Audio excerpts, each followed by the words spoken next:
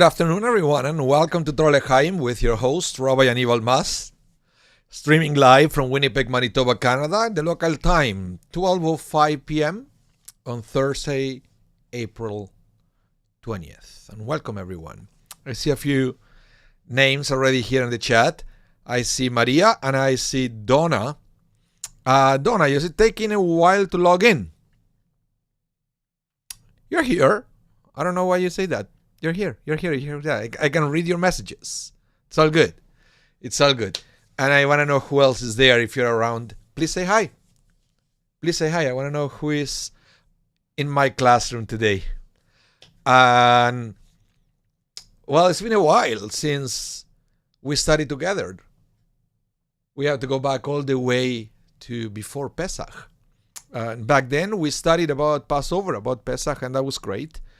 Now it's time to move on to the next stage of the Jewish calendar, and that is the counting of the Homer. This spiritual preparation that goes from all the way from Pesach, from Passover, until Shavuot. So we are going to study about the counting of the Homer. Rocky Pollack is here. He says, Hineni. Very nice. Welcome, Rocky. Your photo on YouTube is different. I can't remember what it was before, but I can see that this one is different. They look really tiny on my screen. But great to see your name here. So I said, we are going to study about the counting of the Homer. I like to do this every year so we can get ready to celebrate Shavuot on a different level. Rocky Pollack is a new art. Okay, new art it is. New is good. New is good. I like new. I like traditional sometimes, but I also like new. I'm not afraid of new things. I like to always explore new things, learn new things, and makes it more interesting. So, about the counting of the Homer, if you've been doing it from the beginning, which is the first night we count the Homer, is the second night of Pesach, the evening of the second Seder. In fact, many people take the opportunity to count the Homer together with family at the second Seder. Some people do that shul before they start the Seder, but because many people start the second Seder early, so before it's dark outside, so it is traditional to count the Homer towards the end of the Seder. If you've been doing that, you're probably a little bit familiar of what it is. If you haven't done it this year, well, it's interesting because you can start counting the Homer anytime you want, but you will see during the class, you have to do it without a blessing from now on until the end of the cycle. Next year, you can start again with a blessing from the beginning. But to do that, you have to count from the beginning. If you skip one day, you cannot count with the blessings anymore, which is kind of like an ouch moment, right? It happened to me in the past that once in a while I realize, I missed counting today. And then that's it. I have to keep counting without a blessing. One solution, I always say one solution is, and I will show it right now, an app. There is an app for that, where you can, you see, it tells me there that I cannot count the next day for another 8 hours and 20 minutes. So it's great. The app that I use is set to be used in Winnipeg, so it follows the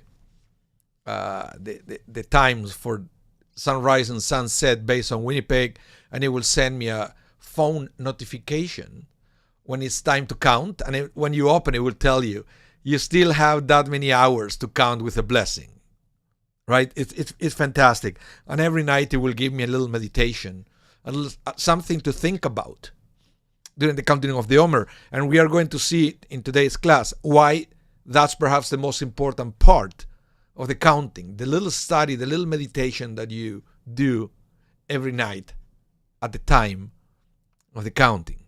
Okay? It's that's the key. Shelly Chochinov is here as well. Shelly, what do you say? We're at the end of the first Seder? It's at the end of the second Seder. That's when we start counting of the Homer. I have used the app for the past 10 years or so. That way, I don't forget. Very good. Brenda Grossman and David Grossman are here as well. We'll see what they think about the counting of the Homer. Okay, so let's begin with the material that I have for you. And again, apologies that we couldn't study this earlier. But because of the calendar, we didn't have an opportunity to do it during Passover. 2 classes that we have to miss because it was Yontif. Yeah. It was Yontif. So we couldn't have Torah Chaim back then. So we had to learn about this a little bit late. So don't worry. The next thing that we're going to study, hopefully before it happens, is Shavuot. Of course. That is also very important. Okay, let's bring the material that I have for you, and I'm going to hide the QR code so it won't be on top of the text. So I have this text for you here, and this is the place where we learn the commandment of counting of the Homer. So right out of the bat, what you should know is that because this is coming from the book of Leviticus, is a biblical commandment. We talked about this before. It's always good to remember that we have 3 main sources for our commandments, our mitzvot. Number 1 is biblical, right? In other words, we do it because the Torah said so. Number 2, rabbinical. We do it because the rabbis said so. And number 3 is minhag. We do it because it started as a tradition and then eventually became a commandment. Okay, those are the 3 sources. And I present it to you in that order because that is also the order of importance. Biblical commandments are always more important, or it's not that they are more important, they overrule anything that the rabbis may say. So yeah, they are ranked higher. Then comes rabbinic law, and then last but not least, minhag, a tradition. Okay? So in other words, you can't have a tradition that it will reject a rabbinic teaching and so forth. And you can have rabbinic teaching that it rejects a concept from the Torah, right? So this is from the Torah. The Torah said specifically and explicitly that we have to do this thing of the counting of the Homer. It doesn't say exactly how, but we are going to see that the rabbis are always there for the details. Welcome, Priscilla Kerr. Welcome to the class. I hope you can stay with us for a long while. I know, and if you have to go with a patient, we understand. Okay, Leviticus 23, verses 9 to 11, it says, God spoke to Moses, saying, speak to the children of Israel and say to them, oops, I forgot to mute my computer, and the phone there. Okay, God spoke to Moses, saying, speak to the children of Israel and say to them, when you come to the land that I am giving you and you reap the harvest, you shall bring the Omer of the first of your harvest to the Kohen, to the priest. He shall wave the Omer before God to be an appeasement for you. When we do that, on the day following the Shabbat, the Kohen shall wave it. Okay? So, let's try to decode what I just read here. Lots of things. Number 1, we have to ask ourselves, what is an Omer? Right? Because it said, you shall bring the Omer. And I didn't want to translate it on purpose, because there is a little debate among rabbis of what exactly is the Omer. Well, they all agree that the Omer is a measurement of grain. How much, we don't know. We don't know in this day, we don't use Omers anymore. Some people call it a handful. You know, when it's a handful of something, it's whatever you can hold. That is one theory of what the Omer is. The other one is enough food for one meal. That is another interpretation of the Omer, and so forth. But what we say is, first you have to reap the harvest. So it's already telling you that this mitzvah cannot apply at every time of the year, right? You need to have something to harvest. Okay? You follow me there? You need to have something to harvest. And because of because this is talking, this mitzvah comes right after the mitzvah of Pesach, we understand that is the first harvest of the spring, and that is barley. So the Omer is a measurement of barley. Okay. So once you have that Omer, you bring it to the Kohen, to the priest in the temple, and it will be a little ritual there where the Kohen will get it and move it. He shall wave the Omer before God to be an appeasement for you. Now, when you have to do this, and this is the most interesting part, on the day following the Shabbat. What Shabbat? We have 54 Shabbatot in a leap year. A little less if it's a shorter year, but doesn't matter. Which Shabbat? Well, there is a debate here as well. Because the mitzvah of the Omer comes right after the mitzvah of the Passover. Okay? The rabbis understand the word Shabbat in the context that the Shabbat is not the seventh day of the week, but the Shabbat in this verse is Pesach. Why would they call Pesach a Shabbat? Because Shabbat, usually we use the word Shabbat to talk about the seventh day of the week, but Shabbat technically means day of rest. And Pesach being a festival is also day of rest. So the rabbis, with the support of the oral law, so in other words, that you have to take a leap of faith and believe that the translation from Shabbat to Pesach was given to Moses by God. Okay? It was not figured out using logic. It was taught to Moses by God. In other words, God was teaching the Torah to Moses and said, you have to bring the Omer the day after the Shabbat. And then Moses said to God, but what Shabbat? And God answered orally, well, in that context, the Shabbat means Pesach, which is a day of rest. Okay? And what do I say that is a controversy? Because there was another group that sometimes I mention them, is the Karaites, which is a sect within Judaism, that they didn't accept the oral law, and they understand the verse literally, so they always start counting the Omer starting on the first Shabbat after Pesach. Okay? So in other words, they always start on a Sunday. It's that easy. So the date when the Karaites start counting the Omer is relative. The date, but not the day of the week. It's always on a Sunday. For us, Rabbanites, the one who follow the teachings of the rabbis, we do have a fixed date to start counting the Omer, which is always the night of the second Seder, but we don't have a fixed day of the week. Is that clear? So one or the other, and that's a thing. But that's the way we do it, and that's when we start counting. Now, the interesting thing here is, at least in this verse, it doesn't say anything about counting. It just says that on that day you have to bring the offering.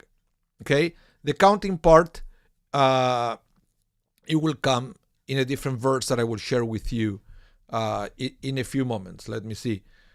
Let's see. Maybe I can bring it right away.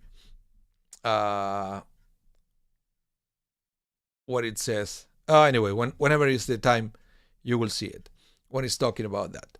Okay, but because it's the first the first day of the counting, we present the Omer. The whole counting, which is a counting of 50 days, is called the counting of the Omer. But the Omer is brought only the first day. Any questions so far? Any question I would like to know?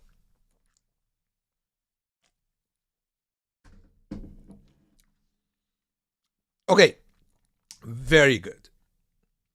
Now let's start to try to understand why the Omer was required.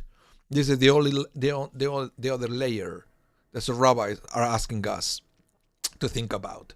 So I would like to share with you this comment from Rabbi Ezekiah ben Manoah, also known as Chizkuni, and he said, it will not be appropriate to eat from the new harvest without bringing a portion of it as a gift of thanks to God. So this rabbi is taking it in a very simple understanding. He will say, don't think too much about the Omer.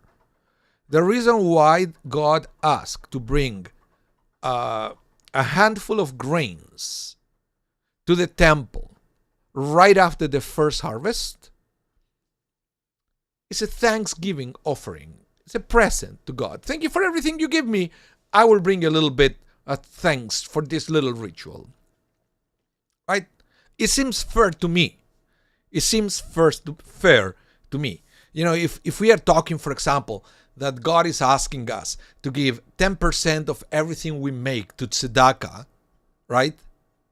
It's logical to think that God requires to bring a little bit of our grains as well as an offering to the temple. So this part is good. Okay, so why do we need to do this? Why is it so important for us to be thankful to God? Well, let's go to the Midrash to try to reflect a little bit on that. And Vayikra Rabbah will say, Rabbi Yanai said, the way of the world is that when a person buys some meat from the market, he must expend much effort and hard work until he cooks it.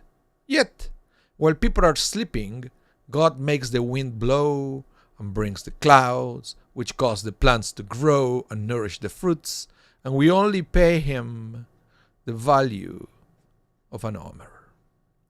This is the meaning of the verse, you shall bring an omer, the first of your harvest, to the Kohen. So, right here, Vayikra Rabbah is also trying to make us understand how little God is asking us in retribution for everything that God brings to the world. So if you realize, you start harvesting, but everything that had to happen for you being able to harvest, from everything that happened to the ground, to the land, with the wind, the rains and everything, to you, to the fact that you were able to remain in good health so you could be there harvesting and so forth, so many things that we take for granted. And yet, says the Midrash, what God is asking from you is a tiny little bit, just an omer. So don't skip it, because it's just a little token. So let's see, I have a couple of comments here. Shelly Chochinov, you said, what happened to the grain? Did the priest consume it or it's burned? I don't know. I'm not sure what happened with that. It looks like it was just, I should go read the Talmud to read about the details. It's something, because we don't do it anymore, right? I'm not sure if this waving that's supposed to happen is something that, is moved until everything falls into the altar. Not sure. That's a good question. I should go and learn the Talmud to see all the details, even though we don't do it anymore. From the point of view of the giver, that is a detail, right? If it's donated to the temple, or if it's burnt in the temple, or if it's thrown away, because it's still the giver have to release ownership over it in order for this ceremony to happen. right? Yeah. Now, but there is more. There are more layers for the counting of the Omer that I wanted to analyze with you. There is more things here. Now, the fact that the Omer is the first day of accounting is also very important. Okay? So this is the way it works. We bring the Omer and we count. Today is the first day of the counting of the Omer, with a blessing, of course. The next night, you say today or tonight is the second day of the counting of the Omer, and so forth. Okay? You do that for 49 days. And when you finish that, the day after is Shavuot, the next holiday. So in other words, I don't know if you can see the connection here. This is a connection from Pesach to Shavuot. The fact that you start the second day of Pesach and you go all the way to Shavuot, counting the days, is telling you that the two are connected. For God, it wasn't just that, it comes one after the other, but it was a ritual connection between the two. And now we need to understand why that's the case. Why we need to connect one to the other with a blessing and a ritual that happens every night. But again, I wanted to make it clear, the Omer was presented back at the time of the temple only the first time. And then the following countings did not involve any offerings. Is that clear? Okay. So let's start understanding now the why of the counting. Okay. The simple explanation is that the essence of the Jewish people is the Torah. And because of the Torah, the heaven, earth, and Israel were created. As the verse states, if not for my covenant, the Torah, day and night I will not have appointed the laws of heaven and earth. That is taken from Jeremiah. Torah is the foundation and the reason that we were redeemed and left Egypt in order to receive the Torah at Sinai and to keep it. Remember this? And Moses tried to give Pharaoh the hint that that's what they wanted to do. Remember, let my people go to serve God in the mountain. Remember all that? And Pharaoh said no, and then eventually said, yeah, well, you may go, but not the children. And there was this kind of negotiations. And anyway, so in other words, and this is something that we forget, the why the Exodus was necessary, why freedom was necessary. And there is a little bit of a misunderstanding there. We'll talk about that in a minute. Let's keep reading. Since the acceptance of the Torah was the goal of our redemption and serves as the foundation of the Jewish people, and through it we achieved our greatness, we were commanded to count from the day after the first day of Pesach until the day that the Torah was given. This manifests our great desire for that awesome day, which our hearts yearn for, just as a servant yearns for shade. We count constantly. When will the day come that we yearn for, the day that we left slavery? Because counting towards a certain date shows a person that all his desire and longing is to reach that time. In other words, and this is interesting because it goes a little bit into human psychology, into human nature. We count all the time, especially when things are important. Right? I remember some gadget that I saw once at a friend's house that this guy was about to retire, and he bought online this magneto that it was like a watch that it was counting how many years, how many months, how many days, how many hours, how many minutes, how many seconds till retirement. So he would look at that every day. It would say I'm a day closer to retirement. It was very funny, very funny to see. But in the other thing, the other side, we have to also try to understand why we usually do countdowns, while the counting of the Omer is a count up. we start with 1, we finish on 49. And usually it's the opposite, right? 10, 9, 8, 7, 6, etc. This is the opposite. We'll talk about that as well. But my point is that we should never forget that the idea of the counting is that we got freedom on Pesach, but that is incomplete. Freedom by itself is nothing. Freedom without the law, freedom without Torah, I wouldn't say it's useless, because freedom is still valuable, especially after my teaching during Pesach about the Dayenu, right? That it will be enough. If we have freedom but not the Torah, it will be enough. But God said, no, I'm going to give you the Torah. So get excited, because it's not just freedom. I promise you, and I will give you the Torah. So to the point that we count with expectations when the Torah will be redeemed. And by the way, when the revelation of the Torah is Shavuot. That is the anniversary of the revelation. That's why we count. But what we have to understand is, and this is the misconception that I was talking about, that we usually believe that the celebration of Pesach and freedom means that we are not servants anymore. Right? We used to serve Pharaoh. Not anymore. But even the Haggadah, if you pay attention, if you know what to look, it will say that, yeah, well, what we are saying is we don't serve Pharaoh anymore. Now we serve God. Have you ever thought about that? We are still servants. The difference is we just serve a different master. We don't serve a human master with flaws, corruption, you name it.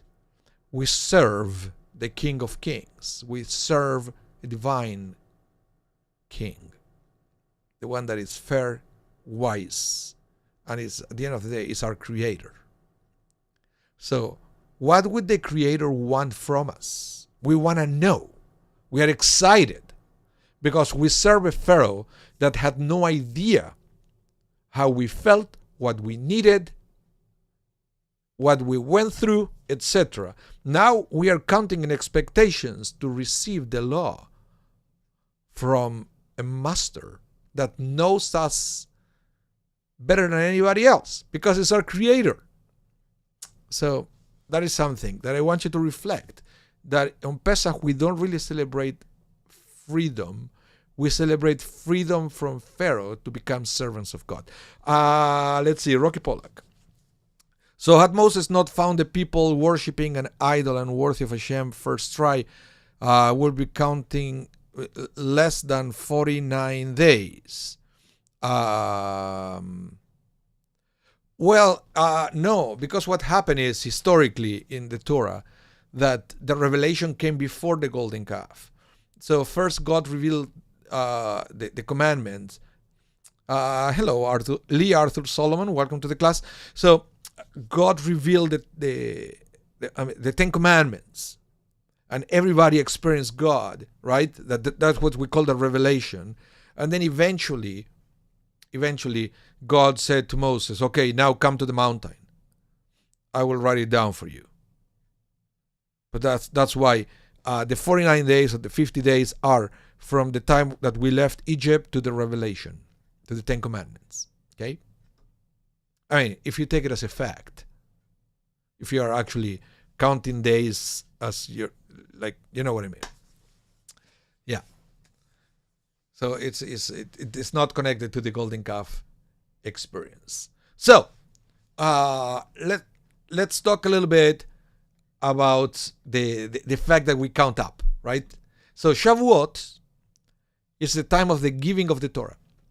In order to honor and elevate this day, we count the days from the previous festival until it arrives, like someone who is waiting for a loved one to arrive, who counts the days by the hours.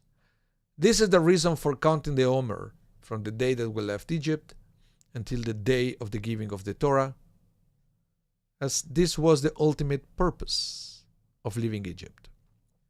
And I will bring them to me. That's the context of the Torah. So in other words, again, what was the purpose of the Exodus? Most people will say, well, so we could be free. But that's not what the Torah says. The Torah says the purpose of the Exodus was so you can serve God without anybody telling you, no, you cannot. So you can be free to serve God. In other words, so you can be free to be a Jew, but to the full extent of the word, right? A biblical Jew, if you want to call it. So that was the idea. In Egypt, they couldn't. And we will see eventually that they couldn't even circumcise the babies in Egypt. Everything was a problem. They couldn't observe Shabbat, of course, because they were not owners of their own time. They were told when to work and when to stop. But now we are free to have and to live a Jewish life. So that's the thing. Now, let's go back to Sefirat Haomer. By the way, the Sefirat Haomer, it's a book containing all the 613 commandments by number. So it will tell you exactly which one of the 613 commandments is, and it will explain a little bit about it. Okay? Now, on the Sefirat Haomer, it says, the reason that we count from the bringing of the Omer, so many days have passed in our counting, rather than counting how many days remain, shows our great desire to reach the time of Shavuot. So in other words, again, count up, not count down. Therefore, we do not want to mention at the beginning of the counting such a large number of days that remain until we reach the offering of the 2 loaves on Atzeret, Shavuot. Okay, let me explain quickly here what's going on.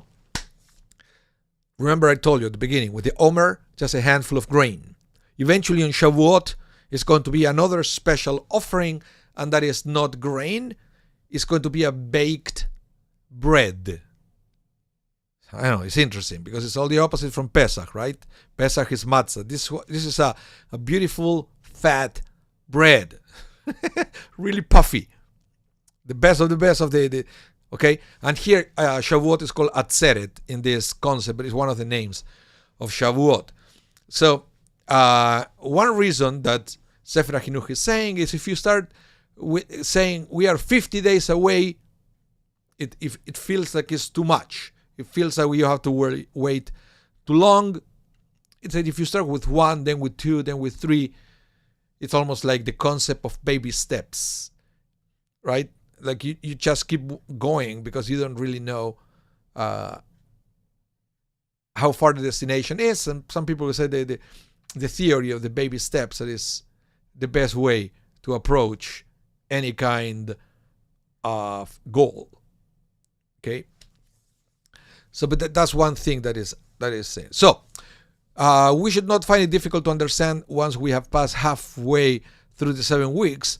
We do not count down the few days remaining, and one should not change the nature of the counting in the middle. So basically, it says, yeah, once you reach the middle, you should, you may want to switch. Now we count down, but I said no. Once you started counting up, you continue counting up all the way to the end. Now, why do we begin counting from the day after Pesach and not from the first day? The answer is that the first day is entirely dedicated to remembering the great miracle of Exodus from Egypt, which is a sign and evidence of the fact that God created the world and of the existence of divine providence. We may not mix something else into that happiness and mention a different idea with it. As such, the counting begins from the second day. So in other words, don't mess up with Pesach.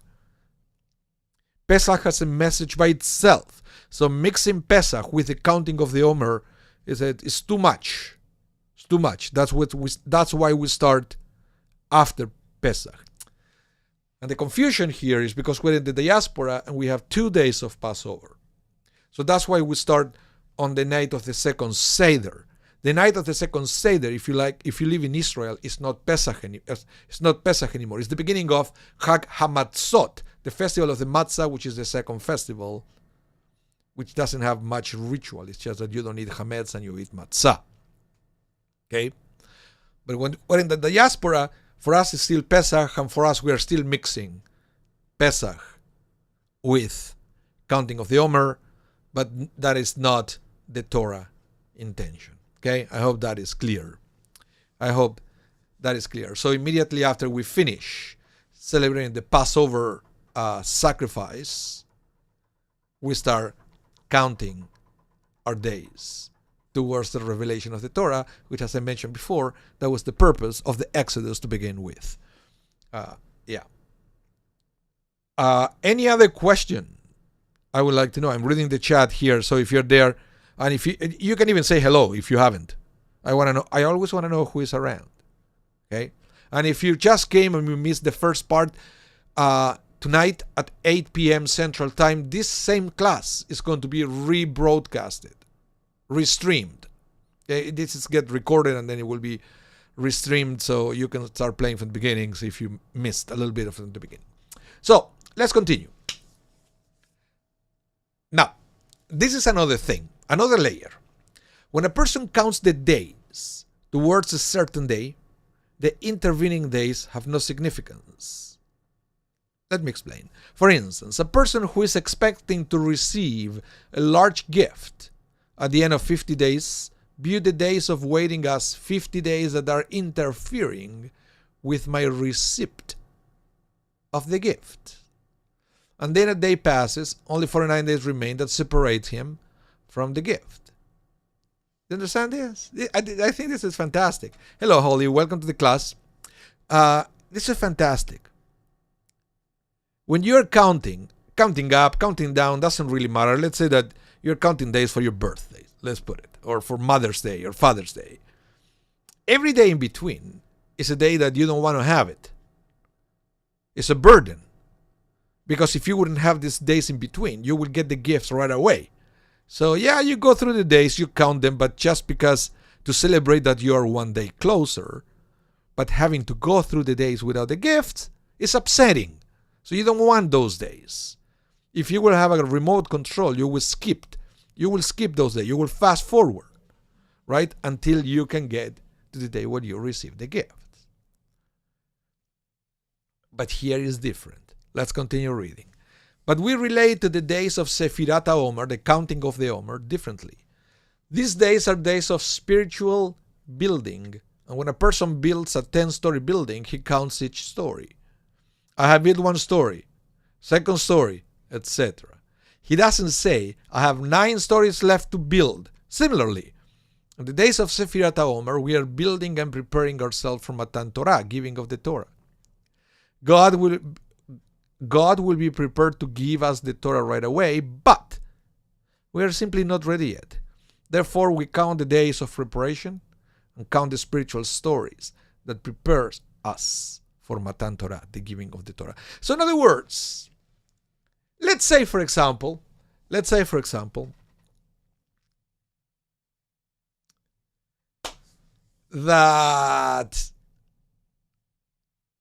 somebody gives you like a gift of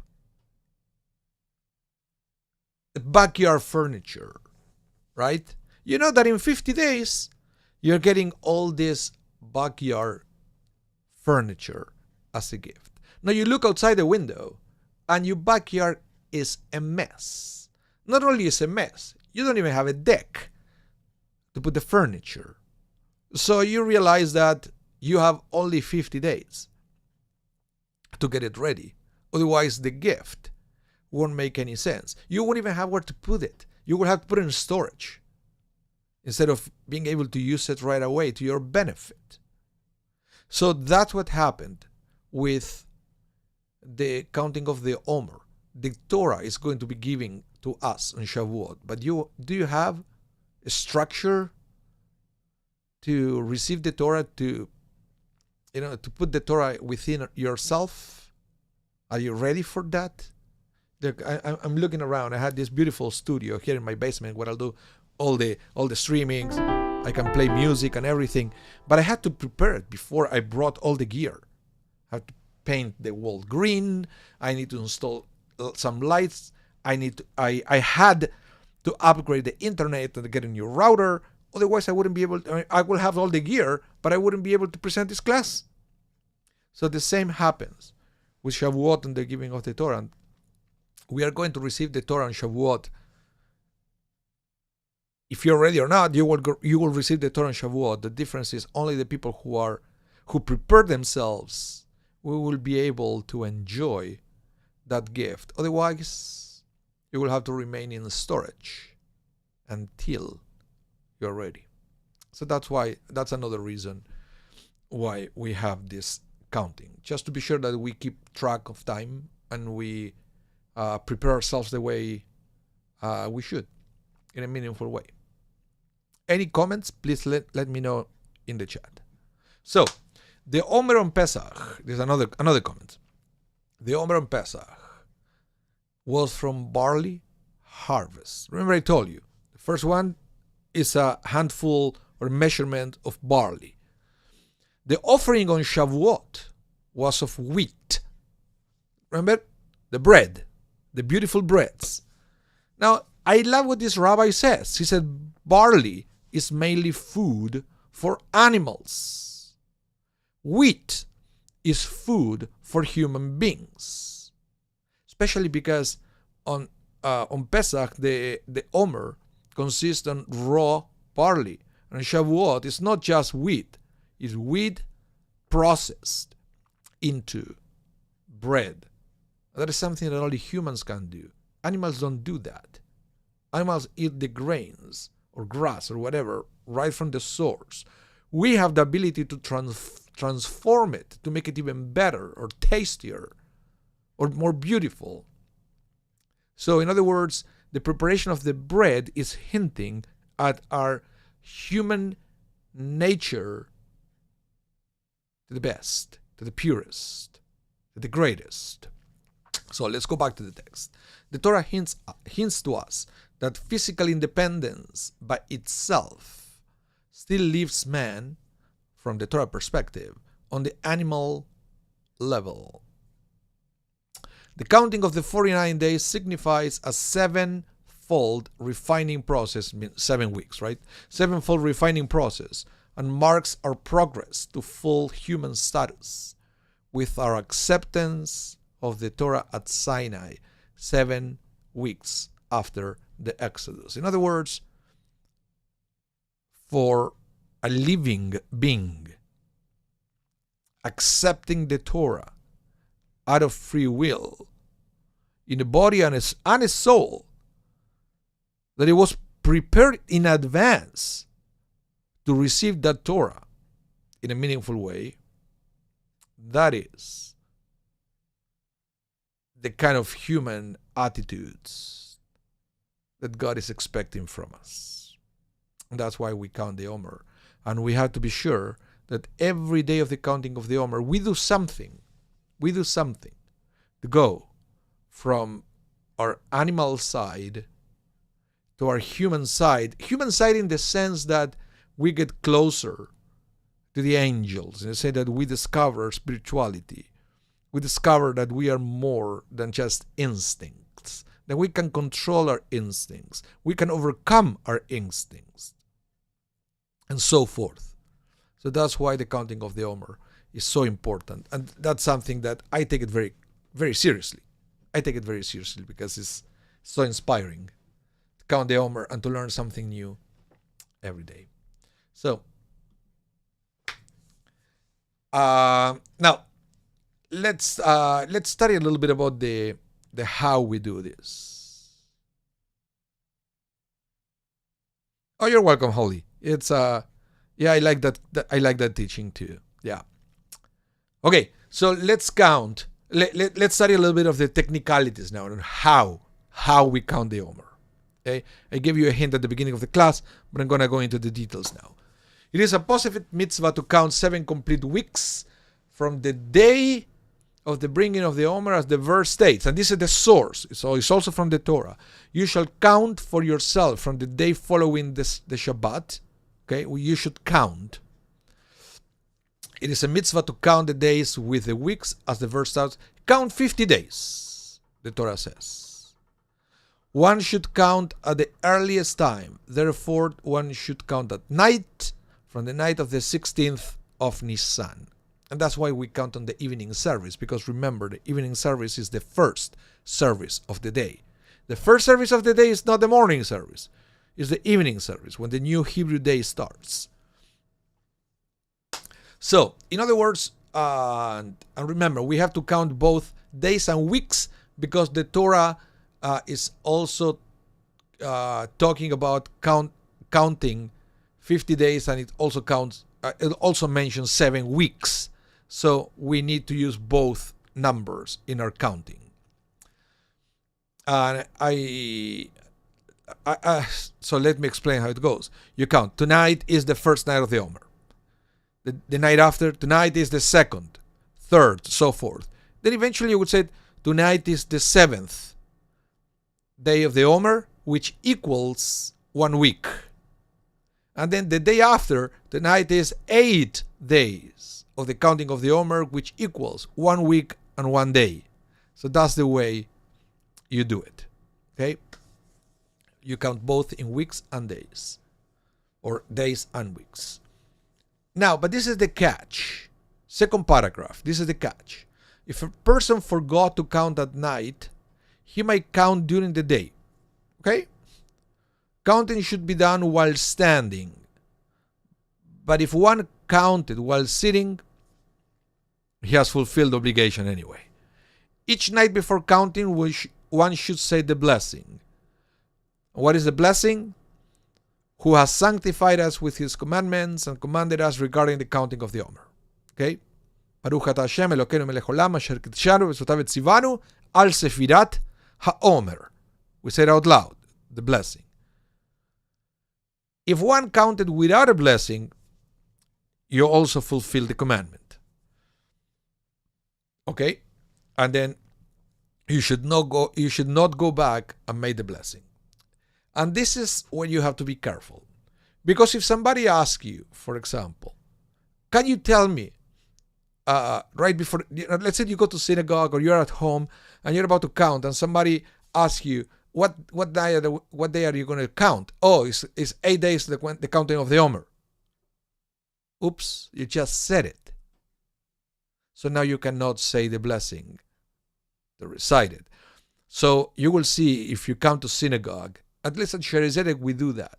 We never announce from the bima the day of the counting of the Omer.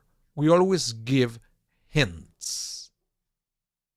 For example, if we need to count day 14, this is just an example, the prayer leader will say, we are going to count the age of bar mitzvah plus 1.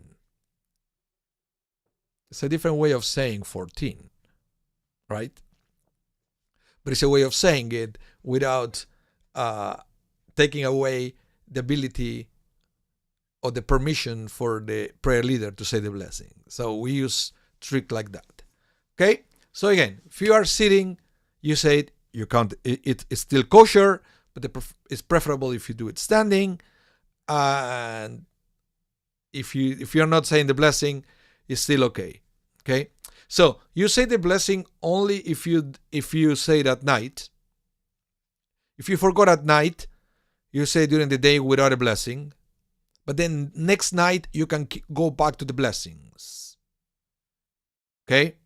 But if you forgot at night, forgot during the day, and you go back to the next night, then you can count, but then you can never use the blessing again until the end of the counting. Okay?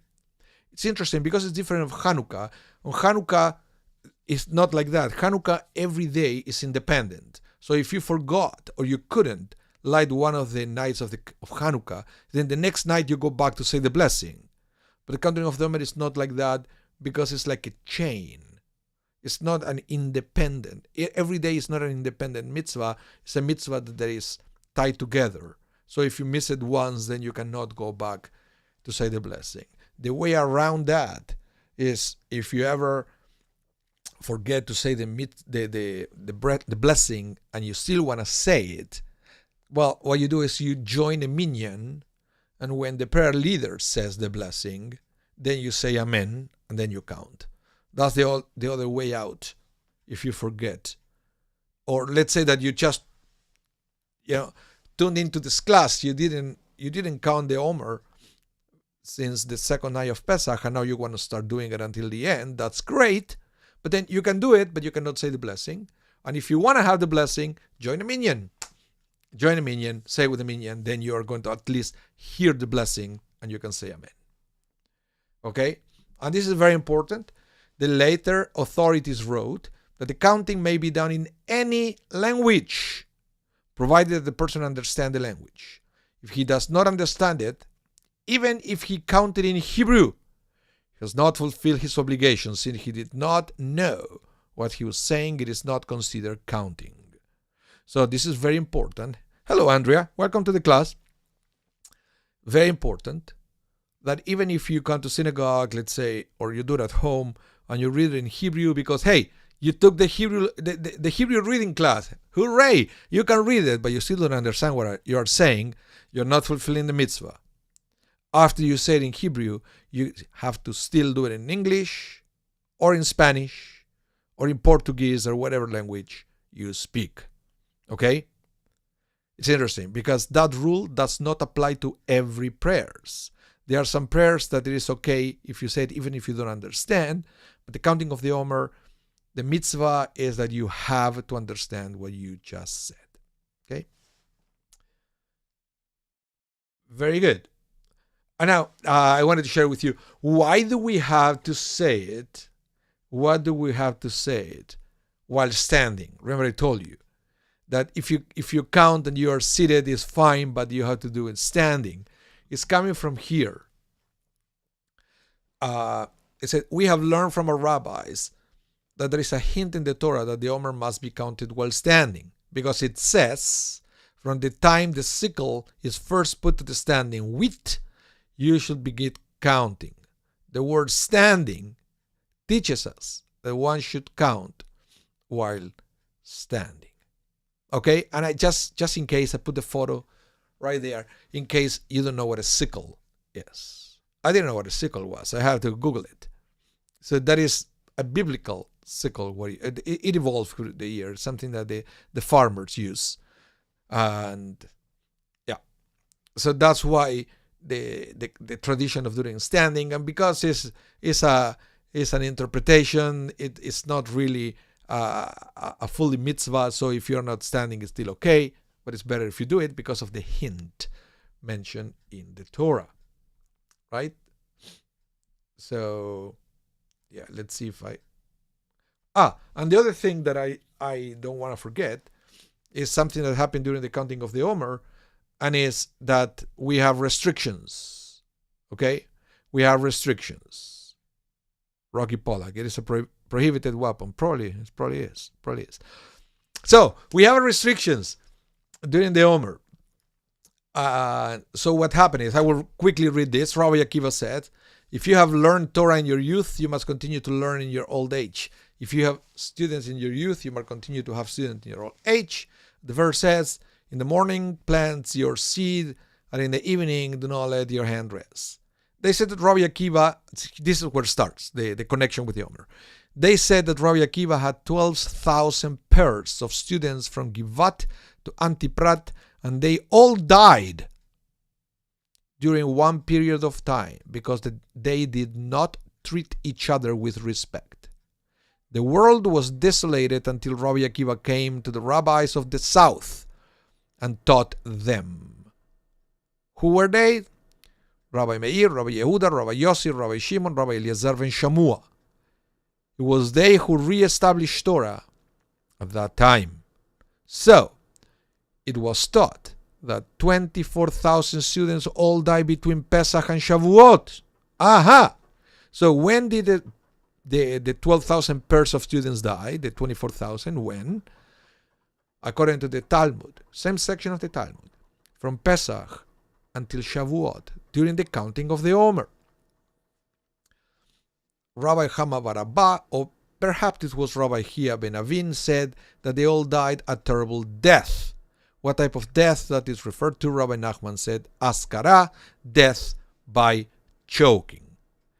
So, in other words, the choking seems to be a punishment because they didn't treat each other with respect, in the sense that they were attacking each other vocally. They were saying bad things about each other. So the choking brings you back to this part of the body, right? It's interesting that he mentioned this way. And the Midrash tried to understand why they died. It said, Rabbi Akiva said to his new students, "My sons, the first one only died because they did not look generously toward one another. Pay attention, and you do not act like them." So what does it mean for us that happens to the students of Rabbi Akiva? The Shulchan Aruch will say, well, it is customary not to get married between Pesach and Shavuot because the students of Rabbi Akiva died during that time period, but it's permissible to get engaged. It is customary not to shave or to take haircut until Lag BaOmer. When is Lag BaOmer? It's the 33rd day of the counting of the Omer. Okay? When they say that the students stop dying. In other words, and I will make the long story short here, either getting married or other restrictions, they all stop on Lag BaOmer. We don't continue until Shavuot anymore. So the restrictions are between Pesach and Lag BaOmer, the 33rd day of the counting of the Omer. The conservative movement reduced this even more, and they said that we can lift all the restrictions on Yom HaAtzmaut, Israeli Independence Day, because it's something new in the calendar and we have to celebrate it. And a good way to celebrate Yom HaAtzmaut and recognize the state of Israel is to stop all mourning practices at that time. And that's a tradition that we follow at the Shari Zedek, if you want to know. And if you didn't want to know, well, you just know it anyway. So that's the way we do it. So that is what I wanted to teach today. I can't believe that I made it to the end. So thank you everyone for tuning in this morning to study a little bit about the counting of the Omer. I hope you will keep counting the Omer all the way until Shavuot. And again, if you go to your phone's apps, there are some apps that they are very interesting because they offer little studies that help us to go from animal to human, right? And to prepare ourselves to receive the Torah. And thank you so much. And if you're in Winnipeg, tonight there is a beautiful program at the shul. It's at Temple Shalom. It's called If Scrolls Could Speak, where we are going to learn about the story of 2 scrolls of Torah that we have here in Winnipeg, that they survived the Holocaust. They were taken out of Europe, and they made it their way all the way, one to Shari Zedek, one to Temple Shalom, and we take care of them, and we are going to learn more about them. So if you are around at 7 p.m., you want to come, you don't have to register right now. Just come and learn. It's more opportunities to learn about Torah, especially when we are counting of the Omer, when we are preparing ourselves to receive Torah. I thought it was very meaningful that we do it this way. Thank you again. Have a wonderful rest of your day. Give us a thumbs up. Share the video if you want. And the class is going to be rebroadcasted tonight at 8 p.m. Central Time. Bye, everyone. Stay safe. See you next week.